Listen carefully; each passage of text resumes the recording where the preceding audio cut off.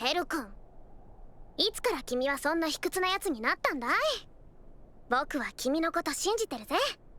だってそうだろ？バレンナニガシとかいう化け物みたいな女を目標にしている冒険者ベルクラーネルなら、あんなモンスターちょちょいのっちょいさ。 You know what? I finally get it. I finally get why everyone's so in love with Hestia. Hestia the Bestia and all that. She's just so sweet and caring for Belle. And I can see exactly why anime fans would love that kind of feeling. Not to mention her body, but I mean, that's pretty much what everyone was into for the first 2 episodes anyway. She wasn't really much in the first episode other than a pair of tits and ass, let's be honest. But in the last 2 episodes, she's really stepped up and shown just how much she loves Belle. So a lot went down in this episode. Belle finally got the Hestia knife, which is an awesome, awesome weapon, the way it's designed. And it just looks badass as well. Kinda looks like something Kirito from Sword Art would wield as well, because it's all black and glowy. But still, it looks cool. I like it. I liked Kirito's styles even though I hated the character. So it was good. Hestia had some awesome moments of her own. Lots of emotional growth for her and her showing who she really is. We saw Belle's backstory, and since it was in the first 10 seconds, I'm just going to go ahead and spoil it, that his grandpa died and everything went bad for him and it was sad. And that's why he decided to be an adventurer, but every other familia just laughed him away. Until he was really in trouble and Hestia found him and took him in. So this episode really backed up the whole Hestia and Belle are awesome together kind of feeling that we've been having before. So, I'm going to throw this spoiler flag up and get into everything that was awesome about this episode, because there's a lot of it. First things first, Eyes Wallenstein was amazing when she was kicking ass all over again. She only got a few short scenes, but each one she was in, you could see why she's called the Sword Princess. She was slicing and dicing, and god damn, she was badass. And equally, and probably more badass in fact, was Belle's fighting style when he was against the giant silverback. Like, it took a while for that fight to actually happen, a lot of him running around and getting knocked around and crying, but that makes it more believable. It just shows how weak he was without the knife and before he got the level up kind of thing from Hestia. When he finally did get the knife and actually managed to start fighting the silverback and he was doing all his awesome dodging and flips and everything, that was just so cool. Like, that's what I want to see in action scenes. I don't want to see 2 people screaming at each other from across the field and shooting things at each other. I want to see them running around, dodging and countering and bobbing and weaving. And that's exactly what Belle was doing in this. He was dodging all the attacks.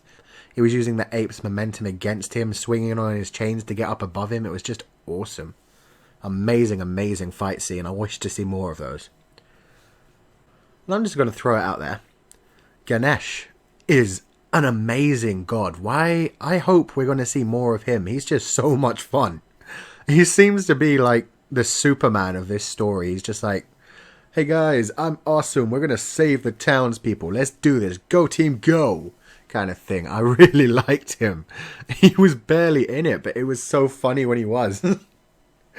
And all the other people were just like normal. And he is the only one I could really say, yeah, he's acting like a god.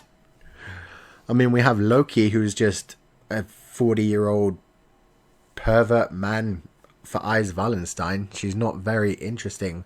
Kind of got some comedy going, especially when she's with Hestia, but it's just not godlike at all. Freya, I'd say, is kind of godlike. She's being very sneaky and maniacal and very damaging to people. So you could say that's godlike, and I don't mind her too much. Be interesting to see what she does next against Belkun. So this episode was amazing. It had the awesome fight scene that I really wanted to see, and it one-upped my expectations. Like, not even one-upped, it like 3-upped my expectations with how awesome that fight was. I was expecting something on Sword Art Online's level. That was like 2.5 times Sword Art Online's level. It was awesome. We also had the character growth and development, some backstory, an awesome new upgrade for Belle, and he was kind of overpowered in this fight, which I'm hoping they don't go in the direction of. But since it was just like a tamed monster, I am still hoping when he gets in the dungeon and gets a few levels up, it will suddenly be very hard for him again.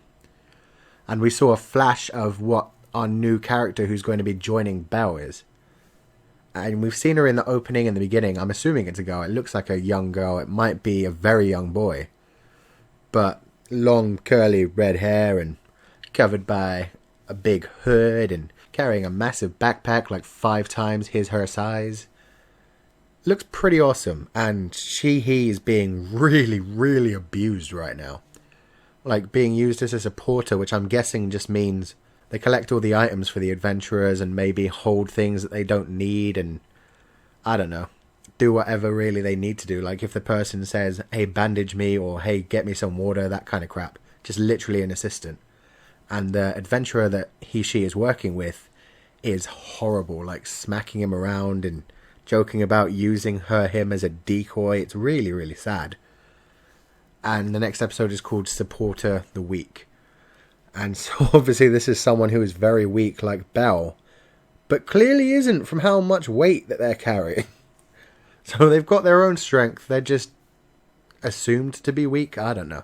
It'll be interesting getting to know that character. And it will be really cool having another weakling joining Belle's group and slowly becoming stronger. That would be awesome. So I'm going to actually give this episode a 10 out of 10. Like I said, it exceeded my expectations in the fighting scene. Everything else was just awesome in general. We also had that new love interest between Belle and the girl who was always around before, but clearly moved straight forward. She didn't even like slightly hint at it. She went straight for it. And she's actually really cool in the way she did that. She was being very sweet and seductive at the same time. I like her. I like her more than Hestia, I gotta say. So, awesome episode. Awesome anime. Doesn't seem like it's going too far in the harem route quite yet, even though the goddess wants him and that other girl wants him. It's not quite at the level where they're just kind of surrounding him at this point, although it may end up going down that way anyway. And it took a lot out of the ecchi this episode. There were only like 1 or 2 scenes that were full on ecchi. And in general, when Hestia is around, you see a lot of cleavage and stuff, but that's not too bad. It wasn't as bad as like the first 2 episodes where there were scenes that were just ecchi. So, all around awesome, a great improvement, and I'm hoping to see more of those fight scenes. God damn. That was just amazing. So thanks for listening, guys. Leave a comment to let me know what you thought of everything. Especially that awesome fight scene. And maybe what you think Freya's up to and why she's so interested in Belle and all of that kind of stuff. And like and subscribe if you haven't, and I will see you guys next time.